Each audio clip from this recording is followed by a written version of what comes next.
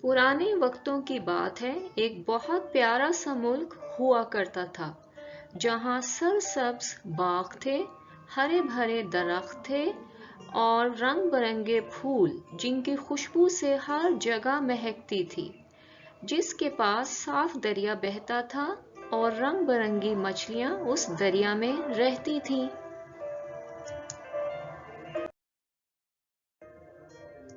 इस मुल्क में एक नेक दिल बादशाह हुकूमत करता था। वो बहुत नेक इंसान था और अपनी रियाया का बहुत ख्याल रखता। सब लोग उससे बहुत खुश थे। इस शहर के लोग बहुत मेहनती और अच्छे थे। वो एक दूसरे का बहुत ख्याल रखते और दुख सुख में एक दूसरे की बढ़ चढ़कर मदद करते। इस मुल्क में एक प्यारी सी शहजादी भी रहा करती थी, जिसको जंगल में घूमना फिरना बहुत पसंद था। उसके बहुत से जानवर और परिंदे दोस्त थे।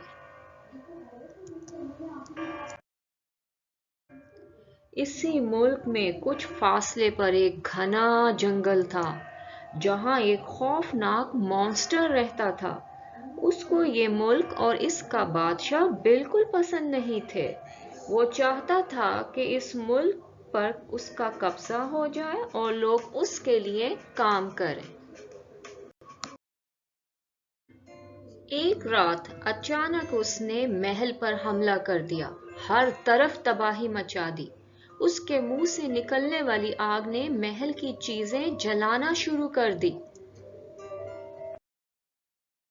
मुहाफिजों ने इस मॉन्स्टर को रोकने की बहुत कोशिश की, अपनी पूरी जान लड़ा दी, लेकिन वो नाकाम रहे। तभी एक बहादुर नौजवान सामने आया। उसने मॉन्स्टर का डट कर मुकाबला किया और उसका खात्मा कर दिया।